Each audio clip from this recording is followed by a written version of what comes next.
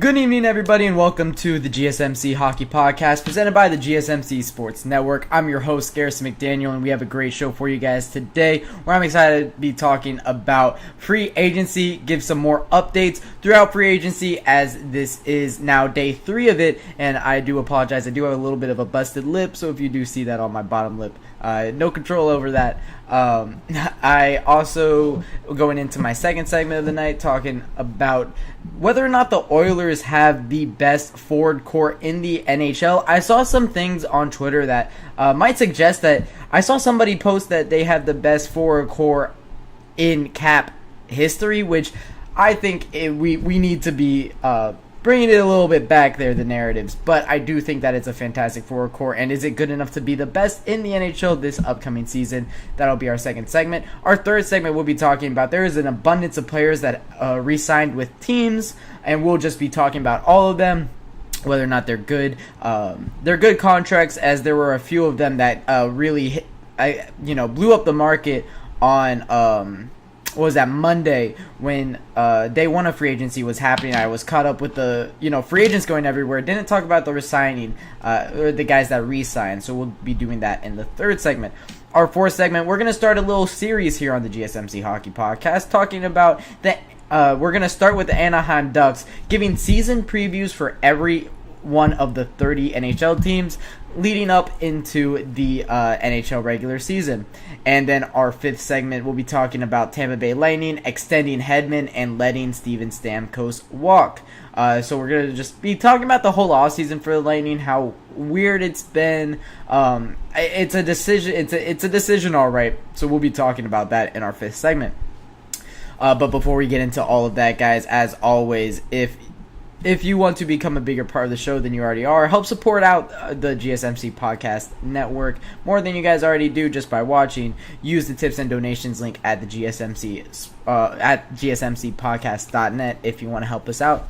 But with that being said, and without further ado, we're going to get right into the first segment of the night. And actually, before I get into the first segment of the night, little heads up here with the holiday that's coming up, 4th of July, of course, being tomorrow, and the 5th of July being being a Friday, being kind of a day that a lot of guys are taking off. Here at the GSMC Sports Network, all of the show hosts are taking off for the next 2 days, so we're going to be pre-recording all of our shows for the next couple of days, including myself here at the GSMC Hockey Podcast. So I will have shows coming out for those 2 days. However, they will be pre-recorded, so if there's stuff I said in those shows, I recorded them earlier today, so if there's stuff that I said in those shows that are a little bit off, I do apologize.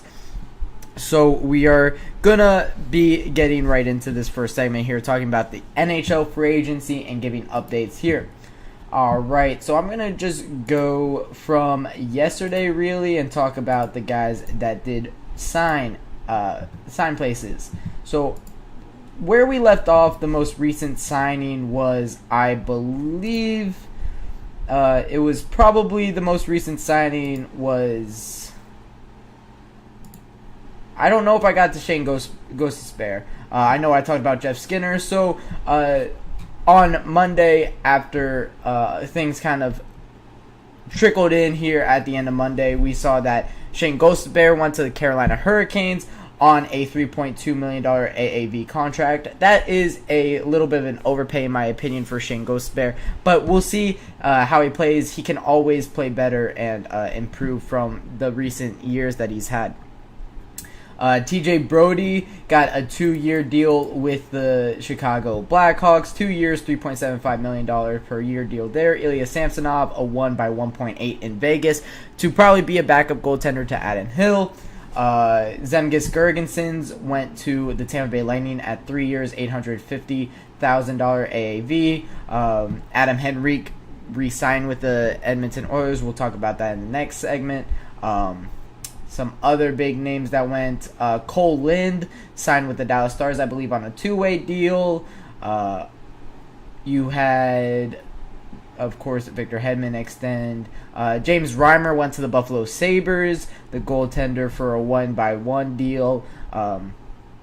Eric Brandstrom went to the Colorado Avalanche for a 1 by $900,000 deal. Victor Olofsson to the Vegas Golden Knights by a 1 year $1.075 million deal there. You had Sebastian Aho, not the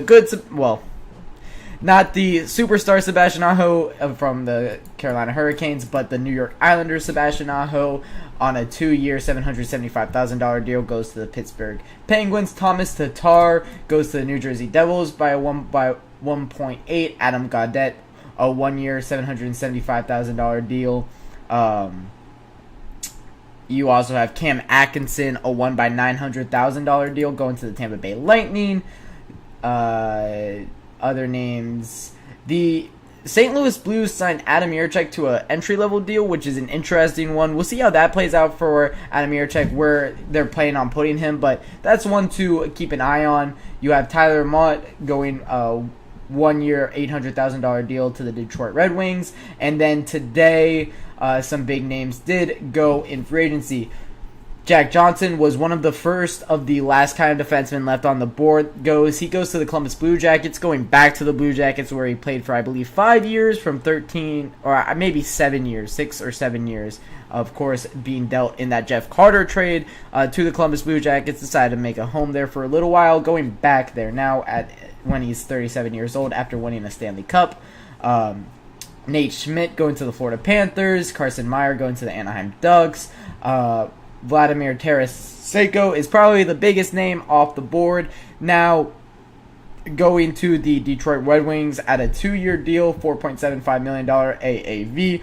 So a lot of big names are going now here. So who is left on the board after day 3 of free agency as we start to get into, I would say, the scraps here? The biggest names left on the board, we have Jacob Vrana, left wing, 28 years old, only had 6 points in 21 games played last season. A lot of teams are a little hesitant to go for him. Tyler Johnson, formerly from the Chicago Blackhawks, but more notably from the Tampa Bay Lightning during their dynasty years. Tyler Johnson, 33 years old, can play any position across a forward group, 31 points in 67 games played. He's going to be snatched up. He had a $5 million cap hit last season that I think will, of course, need to go down. That'll need to go down by a lot for him to get a contract, but we'll see where he ends up. Any team that needs a third-line winger should be calling up Tyler Johnson right now, because I do think that he can add to a team. Kevin LeBlanc, Nikita Zaitsev is another big name out. They're still a defenseman, probably the best defenseman left on the board. 7 points in 38 games played last season. Mike Hoffman, a winger, more known for his time spent in Ottawa. But also played for the San Jose Sharks for some time. 23 points in 66 games played for the winger last season. We'll see if he can snatch up a contract. Tyson Barrie, probably the best defenseman left on the board. 15 points, 41 games played. Was playing, I know 2 years ago, was playing in Edmonton. I don't know where he was playing last year, actually. Was he in Nashville last year? That rings a bell. I could be completely making that up, though. I feel like he was playing in Nashville last year, though. But for Tyson Barrie, I think if I was looking for a bottom 6 defense, or a bottom 3 defensive pairing, somebody to fill out that last line, I would probably call up Tyson Barrie. I think that he can be a fantastic acquisition, and I think now he'll come pretty cheap, around $2 to $3 million for a short term would make sense for Tyson Barrie.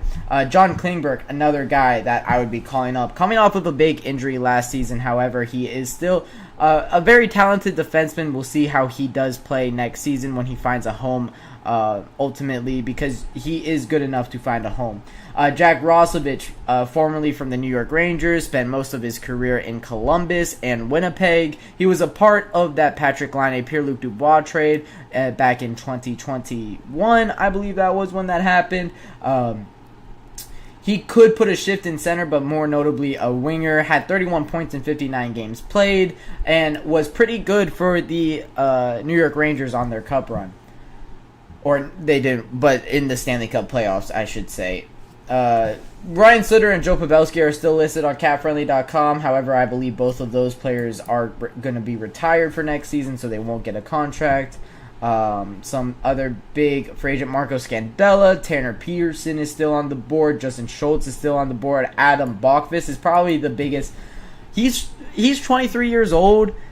I can't believe nobody's taking a chance on that kid. He has shown that he can be a good player in the past. I'd be shocked if he doesn't get a contract.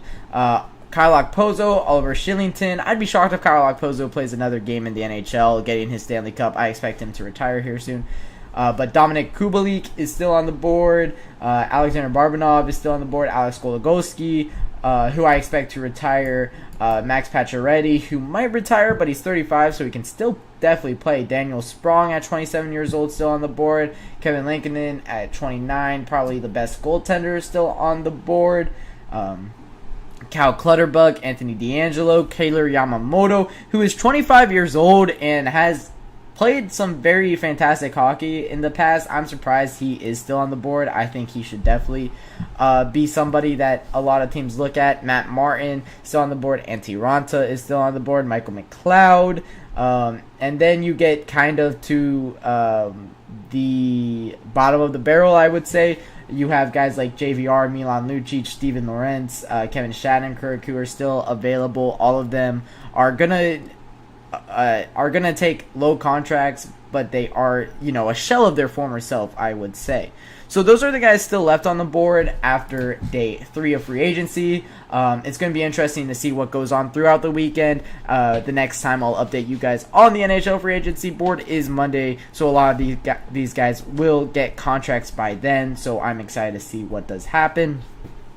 But now it's kind of just re-signing phase here, with a lot of RFAs still on the board and a lot of RFAs still on the board, basically, and a lot of guys already re-signing. So that's what we'll be talking about in the third segment. But when I come back from my first break of the night, we'll be talking about whether or not the Oilers have the best forward core in the NHL after their free agency acquisitions, as I believe they had a fantastic free agency. So we'll be talking about that when I come back from my first break.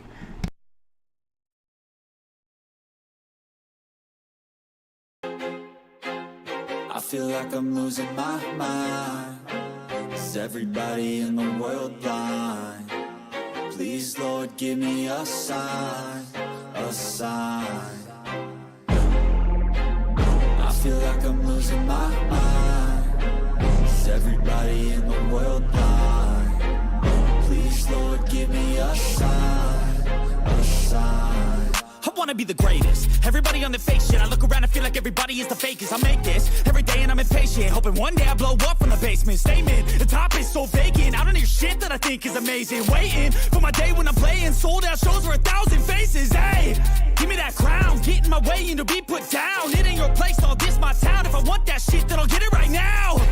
I'm losing it, the noose it fits, I'm losing shit. A stupid myth, you choose to live or choose to dip. You choose to fight or lose your grip and lose a gift. I feel like I'm losing my mind. Is everybody in the world blind? Please, Lord, give me a sign, a sign. I feel like I'm losing my mind. Is everybody in the world blind?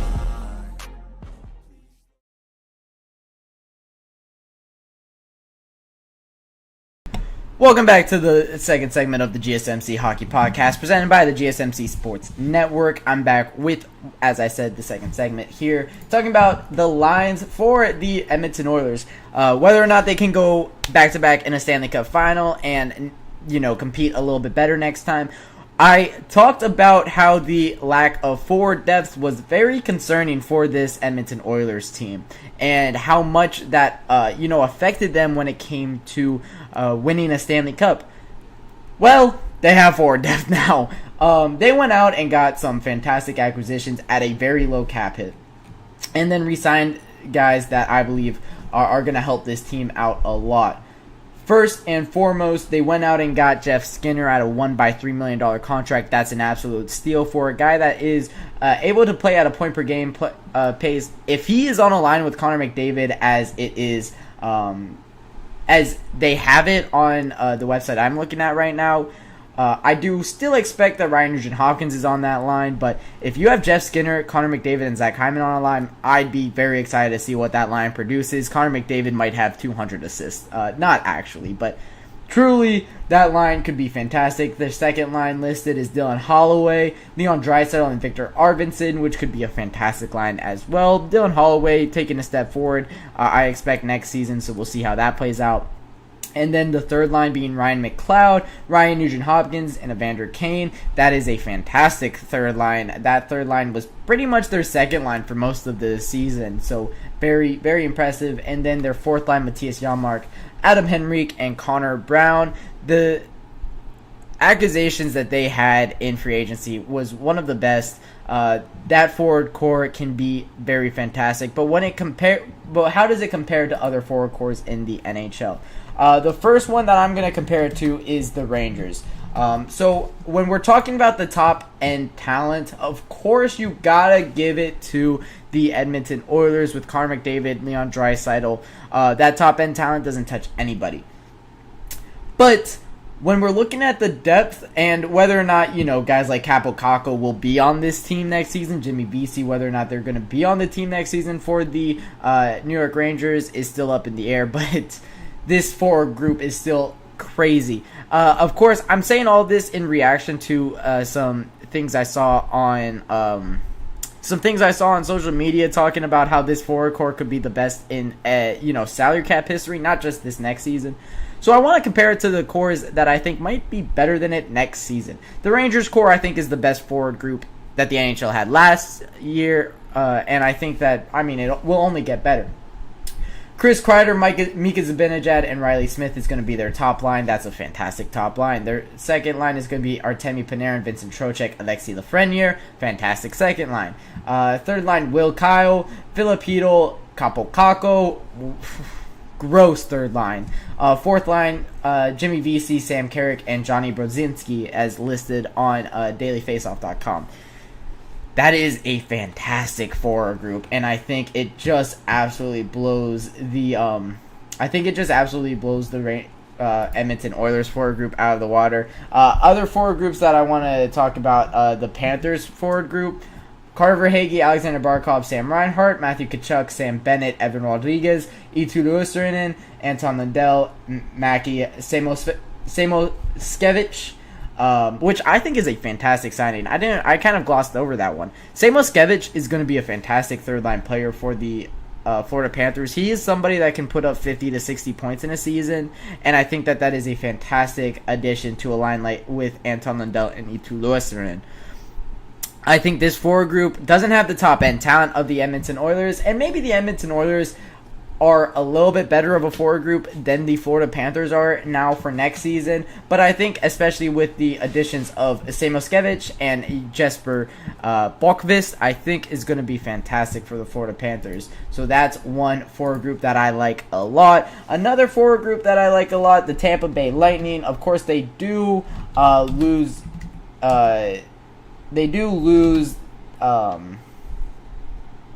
Steven Stamkos. I can't believe I just blanked on his name. But they did add Jake Gensel, who's going to fit right in on their first line left wing. They add Cam Atkinson, that's going to be a top or a middle six player for them. And their forward group is still fantastic with Nikita Kucherov and Braden Point on that top line. Their forward group is very top heavy, and I think the depth of the Edmonton Oilers forward group is better, and maybe the top end talent of the Tampa or top end talent of the Edmonton Oilers is way better than this one, but I still think it's a great forward group. Another one I want to talk about, the Colorado Avalanche forward group. For the Avalanche, it's fantastic. This is even without a guy like Valeri Nichushkin, who was the goal-scoring leader in the playoffs up until Game 6 of the Stanley Cup Final. Nathan McKinnon, Jonathan Drouin, and Mikko Rantanen. Nasty. And they're going to get Gabriel Landeskog back at some point next season. So you're going to toss Jonathan Drouin on this second line, and this forward group is just going to get even better. Nathan McKinnon is one of the best players in the NHL. And then second line is Arturi Lehkonen, Casey Middlestat, and Nikolai Kovalenko. Right now, I expect that to improve. I think the Colorado Avalanche have a fantastic forward group. I do think the Oilers are better. However, another forward group that I want to talk about, let's go to the Vancouver Canucks and let's see their lines. Right now, it's listed at Niels Höglander, JT Miller, Brock Besser. Then you have Danton Heinen, Elias Pettersson, and Jake DeBrusk on that second line. Their third line was nasty last season, and it's the same third line. Dakota Joshua, Teddy Bluger, and Connor Garland. And then Vasily Podkolzin, Pius Sutter, and Kiefer Sherwood is their final line. I think this has the potential to be the best forward group in the NHL. Just let's go line by line. I think the Oilers' first line edge out the Vancouver's first line. I think the Oilers' second line barely edges out the Vancouver second line, although I do like how the Vancouver second line plays overall over the Oilers' second line, but you got to give the edge to Leon Draisaitl over Elias Pettersson. The Vancouver Canucks third line is the best third line in hockey, and then their fourth line I think is better than the Edmonton Oilers fourth line. So it might just be a wash, but the top end talent's better than the Oilers, so maybe you give them the credit or the credit there. Other forward groups that can be fantastic. Let's take it to the Toronto Maple Leafs forward group here. Let's see their lines. Just projected lines is what I'm pulling up here. You have guys like, of course, you have the top four: John Tavares, Austin Matthews, Mitch Marner, William Nylander, and then you got good supporting cast with Matthew Knies, Pontus Holmberg, Max Domi, Cal Yarnrook. Their fourth line is pretty abysmal, but it can definitely get better. And then their power play is fantastic. Their forward group isn't as good as the Oilers, but that top six can definitely contend with the Oilers, and maybe it is even a little bit better than the Oilers. So, do the Oilers have the best forward core in the NHL? No, I think it still goes to the Rangers for next year. But is it a fantastic forward core, and did they address their needs? Absolutely, and I think that that's the more important factor here. They needed to go out and improve their depth, as I mentioned after the Stanley Cup Finals. I said that that's got to be their number one move here in free agency. You cannot have guys like you can't have guys that were scoring the most important goals in the Stanley Cup Final to be the one scoring the most important goals, like a Philip Bromberg, or a Matthias Janmark, who's still on the team and is a fantastic player, but he can't be the one that you're relying on. And now your top nine is fantastic and looks amazing, and I'd be very excited if I were the Edmonton Oilers for next season. I think this next season has the potential to be one of the best in Edmonton Oilers history, especially because we just talked about their forward group. Their entire defensive group is the same as last season, and it was a good defense last year. And then they also are running it back with the same goaltenders in Stuart Skinner and Calvin Pickard. We'll see if Stuart Skinner can take that leap forward that we need, or that the Oilers need him to take. I can't wait to see how this one plays out for the Oilers. I think that this could be a fantastic team, and I think that right now in the West, they are one of the favorites for the Cup. I think they are contending with the Vancouver Canucks heavily. I think they're contending with the Dallas Stars heavily, and I think that they're contending with the Colorado Avalanche and Nashville Predators heavily. So I think it's a 5-horse race over there in the West. I expect one of those 5 to come out and win the I think it's the Clarence S. Campbell for the Western Conference, if I'm not mistaken.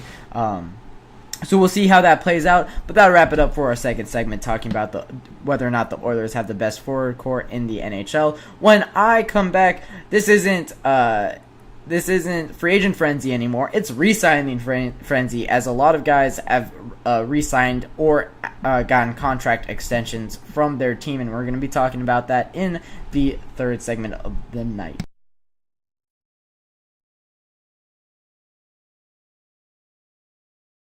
Looking for your daily fix of sports talk without having to pay for it?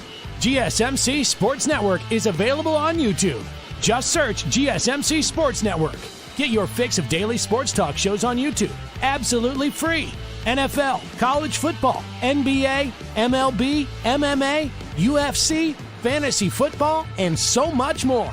GSMC Sports Network has shows running all day long, with new sports shows starting every 2 hours. Just like on your favorite cable sports channel, except GSMC Sports Network is absolutely free. Just search GSMC Sports Network on YouTube to catch one of your new favorite shows, like the GSMC College Football Podcast, Chip Shot Football Podcast, Hoops and Heels Women's Sports Podcast, GSMC Basketball Podcast, and so many more.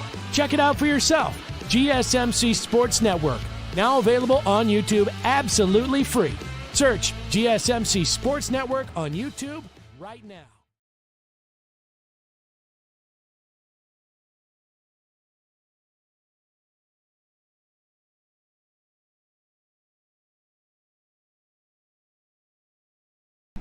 Welcome back to the GSMC Hockey Podcast, presented by the GSMC Sports Network. We're back with our third segment of the night, talking re-signing frenzy here. As you know, there's a lot of talk about the free agents, but I do want to talk about the guys that elected to go back to their team, as there has been a lot of them. So we're going to get right into it. Bobby Brink is the most... we're going to go from recent to oldest here. I believe Yaroslav Koski is the oldest one we will be talking about. But we're going to start with Bobby Brink here. A 2-year kind of bridge deal. See whether or not that this guy will make improvements that the Philadelphia Flyers want him to make ahead of, giving him a big long-term contract. A 2-year deal, $1.5 million is the cap hit, is a very team-friendly deal, a bridge deal that the Philadelphia Flyers are very lucky to get Bobby Brink to sign. So that's a fantastic contract for the Flyers. Anton Lundell is probably one of the biggest ones from today. He signs a 6-year extension with the Florida Panthers. I think, what does that tell me is that he's going to be playing on that second line with Matthew Tkachuk. And they expect big things from Anton Lundell next season. He's 22 years old. This was his first eligible contract extension, and he gets it. It's a $5 million cap hit for 6 years, a $30 million total deal. Very good contract for Anton Lundell. That one could come back to bite the Florida Panthers in the butt, but we don't know if we don't know how that's going to play out. Riley Sutter re-signed with a 2-way contract. Shane Pinto, Ottawa Senators center, re-signed with them. 2-year deal, a bridge deal, kind of like Bobby Brink. But unlike Bobby Brink, he signed for $3.75 million AAV for 2 years. A $7.5 million deal total is an expensive one for Shane Pinto. Next up, we have Emil Lilleberg, who signs a kind of bridge deal for the Tampa Bay Lightning, a defenseman, 2 years, $1.6 million. Philip Roos, a RFA, 1 year, $775 contract. He's 25, defenseman for the Senators. The Vegas Golden Knights re-signed 2 guys. Connor McMichael re-signed with the Washington Capitals. Joe Wall re-signed with the Toronto Maple Leafs for 3 years, $11 million total. We talked about Patrick Kane already. Pavel Buchnevich re-signed with the Pavel Buchnevich also extended for the St. Louis Blues. And what were the other extensions that I saw? I saw, of course, Pavel Buchnevich. I'm trying to find that one. There it is. It is a 6-year deal for Pavel Buchnevich, $8 million. Of course, the Victor Hedman extension in Tampa Bay. 6 years at $48 million is a very good contract, but he's going to be 35 when that's up. So towards the end of it, I think the St. Louis Blues might be regretting it a little bit for Pavel Buchnevich, but for right now, it looks very good for them. Other extensions, of course, Victor Hedman, as I mentioned, Adam Henrique, as we already talked about. And I think that might be it for the guys that have re-signed / extended right now, if I'm not mistaken. Yes, I do believe that is all for the big guys, of course. The bigger guys on the board.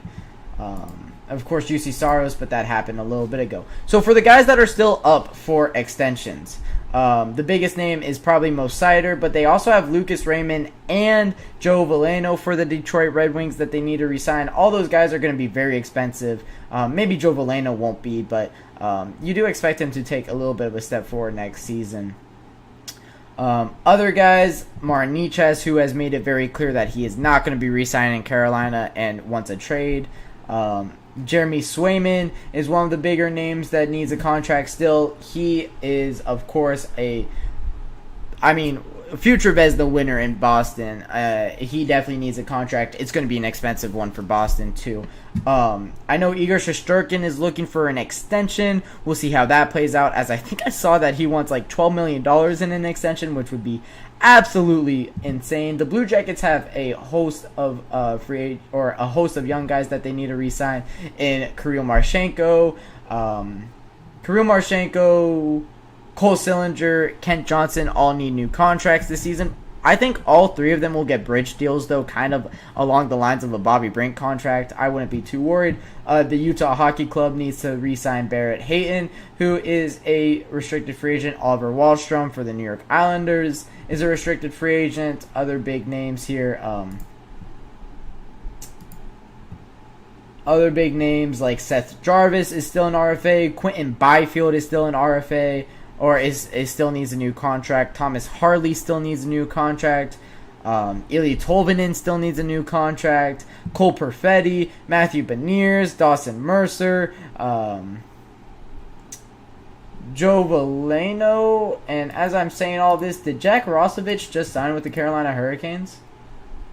I think he did just sign with the Carolina Hurricanes. Like, as I'm doing my show, let me make sure that this is right. This could be a little bit of breaking news here. I think that just came up, if I'm not mistaken. Let me refresh TSN here. And yes, Jack Rosovich did just sign with the Carolina Hurricanes. That happened just moments ago. So that is a third line center pretty much for the Carolina Hurricanes. Maybe plays on the wing for them as well. But is going to be a good acquisition for the Carolina Hurricanes that is looking to kind of just retool their entire forward group, really, as a lot of them left and a lot of them are coming in. So that is a little bit of breaking news there as I'm doing all of this. But let's keep going. Nick Robertson is an RFA, needs a new contract. Henry Jokiharju needs a new contract. Philip Tomasino needs a new contract still. Ryan Lindgren is an RFA for the Rangers. As I mentioned, Kent Johnson for the Blue Jackets. Payne Krebs for the Sabres need a new contract. So there's a lot of guys that are still out there. I don't expect any of them to go to a different team besides Martin Necas than the one that is currently paying them some money. But yeah, further re-signing, some of the biggest ones, just to recap here, it's Pavel Buchnevich re-signing with the St. Louis Blues is probably the biggest. Juraj Slavkovsky, as I completely skipped over Juraj Slavkovsky. Let's go back to that one, as that was definitely my bad. Just skipping right over probably one of the biggest names to re-sign. Also, Matt Duchene also re-signed with the Dallas Stars. I forgot to mention that. But going back up to Juraj Slavkovsky, if I could find it now. I was just scrolled over it. Now it's completely gone, isn't it? There it is. Yep. So this is probably the biggest one to talk about here is former number 1 overall pick in the 2022 draft. He gets the extension that he was looking for at 8-year, $60.8 million deal, making $7.6 million per year AAV. Right now looks like a bad deal, but the Montreal Canadiens expect him to keep growing in the upward trajectory that his career is really looking like it should be going in. And the Montreal Canadiens want that to be a fantastic deal, and it definitely can be. $7.6 million could had the potential, as I mentioned, to be a fantastic deal for the Montreal Canadiens. But right now, I just don't think Yaroslav Slavkovsky is somebody that really moves the needle for me. Last season, it wasn't too impressive when he did play in the NHL. Let me make sure I pull up his stats so I can give you guys some actual fact instead of just spewing to you. It's 50 points in 82 games played. He was also a minus 19, which is a little bit disappointing. The season before that, it was even worse, 10 points in 39 games played. But last season, kind of being able to turn it around a bit. He was a 20-goal scorer for the Montreal Canadiens, and having Cole Caulfield around him does help him a lot. He needs to use his big body a little bit more and play that two-way style a bit better, and minus 19 is a little bit concerning for the first-line center that you expect to play such a great two-way style of game. So Yaroslav Slavkovsky does get paid. I'm a little bit concerned for that contract. That was my initial reaction, and it still is my thoughts right now. But I can be proved wrong, and I wouldn't be shocked if I was proved wrong with Yaroslav Slavkovsky. So just a little recap. Slavkovsky, extension with the Canadiens. Hedman, extension with the Lightning. Pavel Buchnevich, extension with the Blues, are kind of the biggest name. And then you have like Anton Lundell going back, Shane Pinto going back, Bobby Brink going back to their respective teams, all of them. So that'll wrap it up for this third segment, talking re-signing frenzy here in the NHL. When I come back from my third break of the night, we'll be talking about the Anaheim Ducks, give a season preview, talk about what they did in free agency and in the draft so far this season, and talk about how this team is looking heading in to what could be their final year of their rebuild.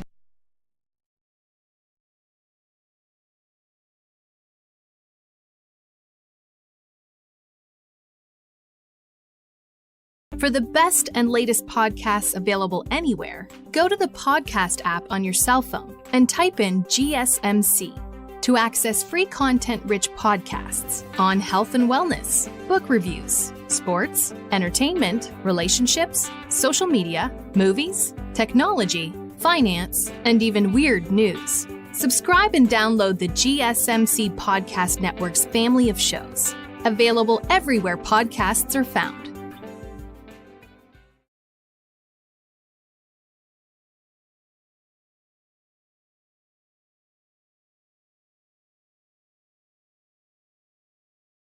Welcome back to the penultimate segment of this GSMC Hockey Podcast presented by the GSMC Sports Network. We're talking about the Anaheim Ducks, what they did this offseason, and what it's going to look like for them next for next year. In the draft, we talked about their draft a little bit. They were able to get a few good picks. One that I really don't like, and then a couple ones that I did not mind at all. At third overall, they got their guy in Beckett Seneca. However, he's not my guy, is all I'm going to say. He was 17th in my rankings for my first round draft. Like, I did call that he would go to the Ducks, but it's still a shock, and it's still one that I don't really like. But Stian Solberg is a fantastic defenseman out of Norway that I like a lot, and Lucas Pettersson is a fantastic center in the second round that I like a lot. So, a little, all over the place draft. I think I gave them a C- in their draft just because of that Beckett Seneca pick. However, I did like their other picks as well. But that's what they did in the draft. In free agency, they didn't really do much. They signed Leeson, Vikinen, and Carson Meyer to 1-year deals, and Harkins to a 2-year deal. A lot of guys that are really AHL guys, not really going to make a splash on their NHL roster. Speaking of their NHL roster, we're going to look at their line combinations now. For the Anaheim Ducks, this is the season that they're expecting a lot of their young guys to take a step forward. They kind of had Leo Carlsson on a pitch count, I guess you could say, last season. He didn't play in all games that he was healthy for, which I was really shocked, and the NHL world was kind of really shocked about. But we do expect him to play all 82 next season. This will be his first NHL season, and I'm very excited for the guy because I'm a Blue Jackets fan, and I will say that Adam Fantilli is better. However, I did have Leo Carlsson ranked as the number 2 prospect in the 2023 NHL draft. I had him above Will Smith and Adam Fantilli in that draft when I did my grades. So I will always say that I like Adam Fantilli better. However, I did have Leo Carlsson as a better prospect. That being said, he is projected to be the first-line center for the Anaheim Ducks this upcoming season. On his wings, this could be the season that Cutter Gauthier takes a big step forward, and Troy Terry hopefully can help with the development of these young guys. Troy Terry has been a point-per-game player in the past, and hopefully for him and these young guys, we could see them all take a step forward this next season. The second line is still a very solid second line. It's Ryan Strome, Trevor Zegras, and Frank Vatrano. That could be a very solid second line, with Trevor Zegras being a NHL cover athlete in previous years. He is one of the more flashier kids in the game for the upcoming years, and I'd be excited if I was a Ducks fan to see this top 6 in action. Alex Killorn, Mason McTavish, and Sam Colangelo is the third line. I could imagine maybe a Beckett Seneca could fit on that third line next season. I mean, you take the guy third overall. Usually third overall draft picks make an effect on a team in the following year, so hopefully we could see that next season. And then the fourth line is a bunch of guys that honestly I don't know too well. Their defensive core is what needs to come along a little bit. They need Olen Zellweger to play in the NHL next season. Right now, he's not listed in their projected defensive pairing, but I could imagine that he makes a step forward. Brian Dumoulin and Cam Fowler is their currently listed first-line defensive pair. I don't like that a lot at all. I think Pavel Mintyukov should play on that first line with Cam Fowler. Brian Dumoulin should play on the second line, playing alongside of Olen Zellweger. And then their third line could be Urho Vakanainen, I do believe that's how you pronounce his last name, and Jackson Lacombe. You should see how many A's are in this guy's last name. That's insane. But I think Radko Gudas could go away from this defensive core, be kind of a seventh defenseman on this team for an Olen Zellweger, who I think is a fantastic prospect, and I think it should be ready next season. All of this really leads into a fantastic power play unit. Troy Terry, Leo Carlsson, Cutter Gauthier, Trevor Zegras, and Cam Fowler on their first power play line should be electric. Their second power play line should be Alex Killorn, Mason McTavish, Frank Vatrano, Ryan Strome, and Pavel Mintyukov, which could be fantastic. Their penalty kill unit should be pretty good. And then you still have John Gibson and Lucas Dostal in goal. I think Lucas Dostal will take a big step forward, could potentially make a charge at being the Anaheim Ducks starting goaltender next season. I do expect John Gibson to take a big decline. It's unfortunate how much of his prime was wasted in Anaheim. However, it's just what happens when you are a goaltender that is loyal. That's what I was going to say. So, honestly, this team looks really good for the Anaheim Ducks. And when I talk about a great young core, this is what I'm talking about. Trevor Zegras is 23. Excuse me. Trevor Zegras is 23. Troy Terry is 26. Isaac Lunderstrom is 24. You have Brett Leeson at 25. Leo Carlsson's 19 years old. I believe he'll be 20 by the time. No, he will be 20 halfway through the season. Cutter Gauthier is 20. Sam Colangelo is 22. Mason McTavish, 21. Carson Meyer, who will probably definitely play in the AHL, is 26. And then you have a little bit of a veteran defensive core, but Pavel Mintyukov, Olen Zellweger, Jackson Lacombe, and Lucas Dostal. 12 guys out of your 19 starting lineup is going to be under or 26 or under. That's insane. 12 guys out of your 19 of the starting lineup that's a lot of young guys. That's why I'm saying that this looks like for the Anaheim Ducks a season where they're coming, to their third and final season or fourth and final season of their rebuild. I don't know how long they've been rebuilding. It's kind of been a while. But they should be kind of climbing out of it as I didn't even count Beckett Seneca with that, as he still hasn't signed his entry level contract, but he definitely can in the future. In the wings, kind of waiting, they have Nathan Gauthier, who can take a step forward. They have other guys like Sasha Pastyov, that I like as a prospect. They have Noah Warren, who I like as a prospect. He's 19 years old still. So for the Anaheim Ducks, I think a lot of their prospects are playing on their team right now. And they have a lot of like veteran leaders too, alongside of these young guys, which is really good for a team like this. Alex Killorn, Ryan Strome, Robbie Fabry, Frank Vetrano. They have other guys like Cam Fowler, who's been on that team forever, Racco Gudis, who's 34, Brian Dumoulin, who's 32 years old. So this Anaheim Ducks team can be pretty good, but I still think they're in a rebuild year. So, as I'm going to do with every team, I'm going to kind of give my around points prediction and say where I believe they'll end up in their division. I think they'll finish 7th in the Pacific. I do believe that they're going to beat out the San Jose Sharks, who I still think is in another year of their rebuild. But I don't think that they're going to be above teams like the LA Kings, above teams like I guess the Calgary Flames could be below them, but I don't know. I think the Calgary Flames still are a good... No, actually, I will say that they are 6th in the Pacific over the Calgary Flames. Yeah, I think they'll finish above Calgary. I think that team is actually pretty bad, and we'll get to them early on in this, in looking at these teams' season previews.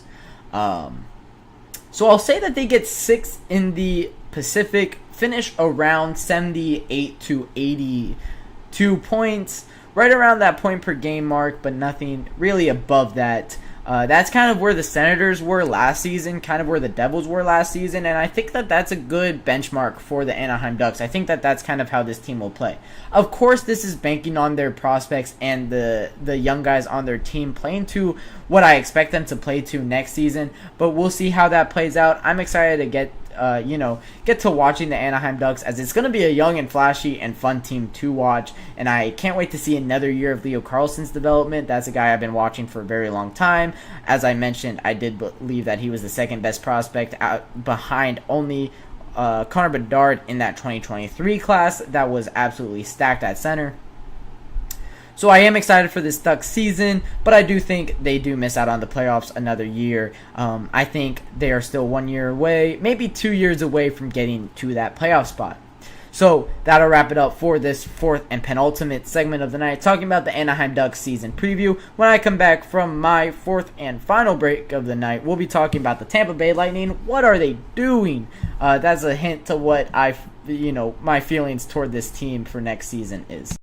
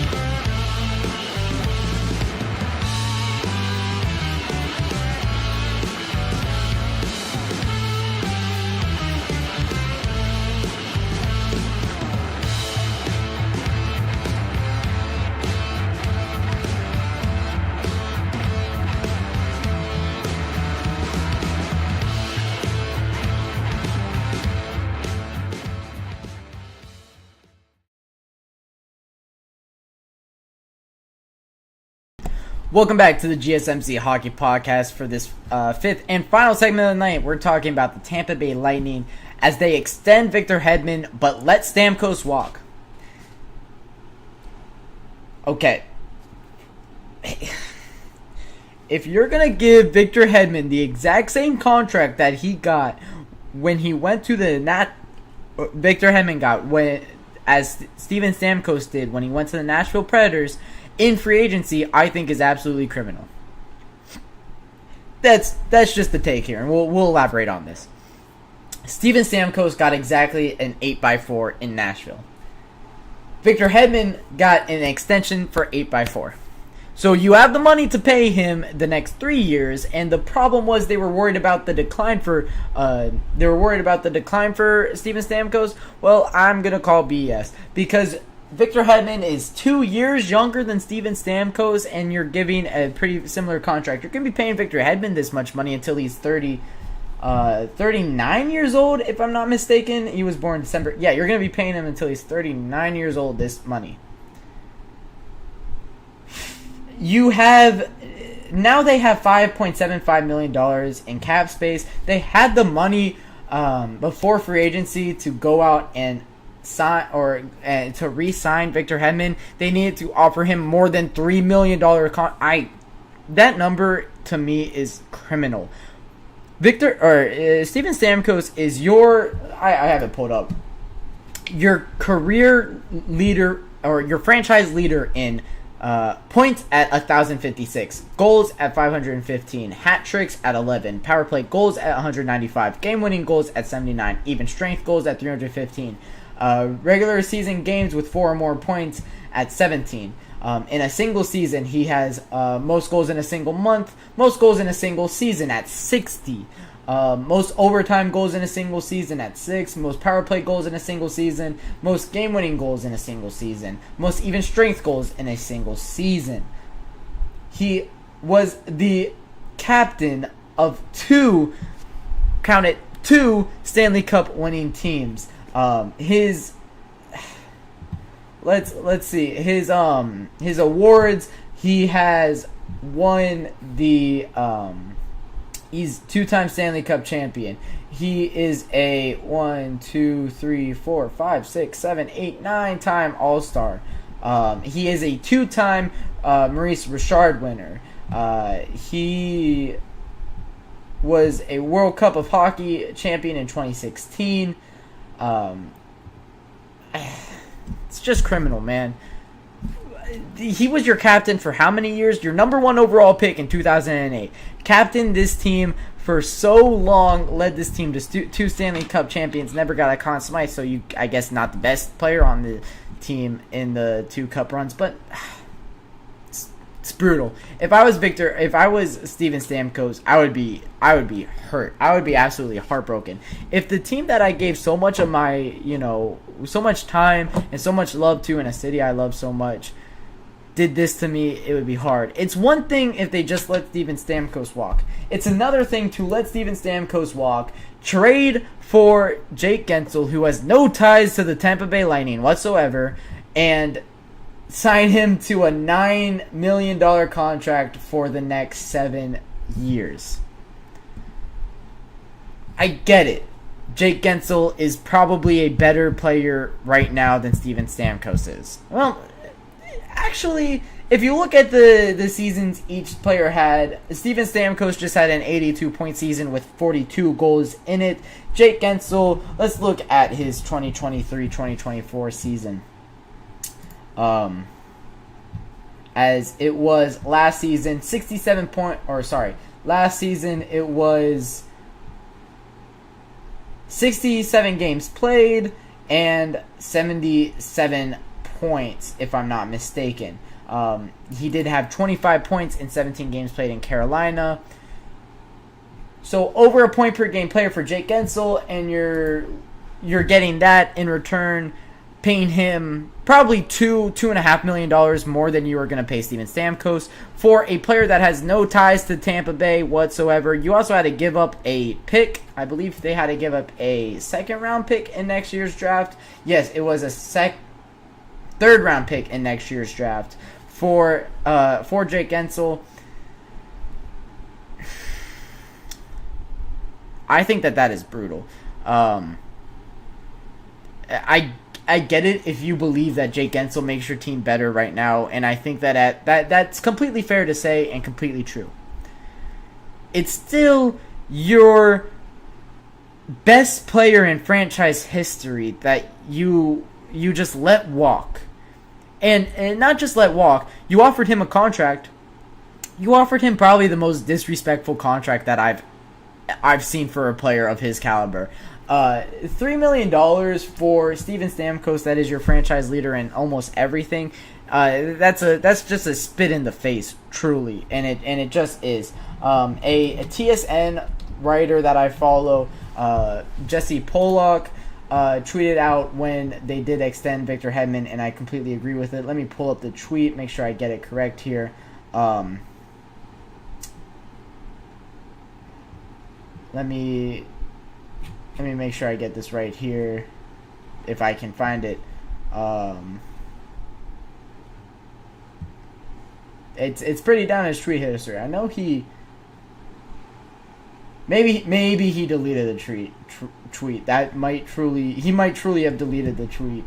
I wouldn't be shocked, because I mean he was coming for the Victor Hedman move, and I completely agreed with it. But it does seem like he has deleted the tweet since then. But it was along the lines of how disrespectful it was to just have Steven Stamkos to offer. It wasn't just let him walk. You offered him $3 million. So now for the Tampa Bay Lightning, their forward group is still pretty good, but sans a superstar in Steven Stamkos, it's hard because a player is so loyal to a team that a team is just not loyal to him whatsoever, and I am pretty disappointed from this. So Jake Gensel is kind of just replacing him one for one on that top line. Braden Point jumps up to the first line center with Steven Stamkos gone now. Their second line has Brandon Hagel on it. It's just stinky. That's just not good enough to win. Their fourth line is awful as well, with Zemgus Gorgensons, Luke Glendening, and Mitchell Shafee. I don't like that fourth line whatsoever. Michael Asimont is not a good third line player. Connor Sheary's not a good third line player. I think the money that they're paying the players has kind of caught up to them, because you're paying 5 guys over $6 million, including Brandon Hagel, which I just think is awful. But it's Anthony Chiarelli, it's Jake Gensel, Brandon Hagel, Braden Point, Nikita Kucherov that are paid, just forwards that are paid above $6 million. They're paying 3 defensemen above $5 million, and they have Andre Vasilevsky at $9.5 million. So their depth is disgusting. It just has caught up to them completely. What are the Tampa Bay Lightning doing, man? This is look. I don't like this team that much. Of course, being a Blue Jackets fan, sweeping them in 2019 and then losing to them in the 2020 playoffs still stings in my recent memory. As that was the most recent playoff run the Blue Jackets had, is that 2020 7 overtime game for the in game 1 of that series. Still fresh on my mind how we lost that one and then proceeded to lose that series in 5. Unfortunate. It's just not you're just paying way too many guys way too much money, and you're going to need to, you don't really have a prospect pool, and that's another big part. You have Connor Geekie, who will play on this team, I believe, next season. You do have Ethan Gauthier, who I don't believe is too great of a player. But beyond that, not a great prospect pool. You really don't have a goalie in the prospect pool at all either. So for the Tampa Bay Lightning, we'll see what that looks like. I don't think that the team is as good as we expect them to be, but we'll see how it plays out in actuality. I don't have a crystal ball. I think that they could be outside of the playoffs next season, and I wouldn't be shocked. It kind of seems like a Buffalo Bills in the NFL scenario, where it's just like this team could be 7-9 or it could be 13-4, and I wouldn't be shocked either way. Honestly, it's for the Buffalo Bills and for the Tampa Bay Lightning. They could miss out on the playoffs entirely in a very competitive Atlantic, or they could just win 50 games and prove me completely wrong. I still think it's very hard. Like letting Steven Stamkos walk is not the right decision in my mind. But I'm not an NHL GM. There's a reason for that. I just talk on a podcast. So take what I say with a grain of salt, please. I'm not an NHL GM. However, I do think that it makes sense, what I say. So that'll wrap it up for this Wednesday edition of the GSMC Hockey Podcast. I will remind you guys, I will not be here for the next 2 days, but I do have shows coming at you. They are pre-recorded. Did them today, so once again, if I did anything, or if I said anything that already happened, I do apologize. But that'll wrap it up for this Wednesday edition of the GSMC Hockey Podcast, presented by the GSMC Sports Network. Thank you all for tuning in and joining the live stream, and for the audio listeners, do appreciate you as well. Rate the podcast on whatever you are listening to. It does help us out a lot here at the GSMC Sports Network. Also, if you are on YouTube, like and subscribe to this show. It goes a long way. If you want to also follow more GSMC Sports Network content and updates, you can follow us on TikTok, Twitter, Facebook, and Instagram at the GSMC Sports Network. And once again, we appreciate all the support. All of you guys have a fantastic fantastic and safe 4th of July weekend, and have a wonderful and fantastic evening on top of that. Mm-hmm. Mm-hmm. Mm-hmm.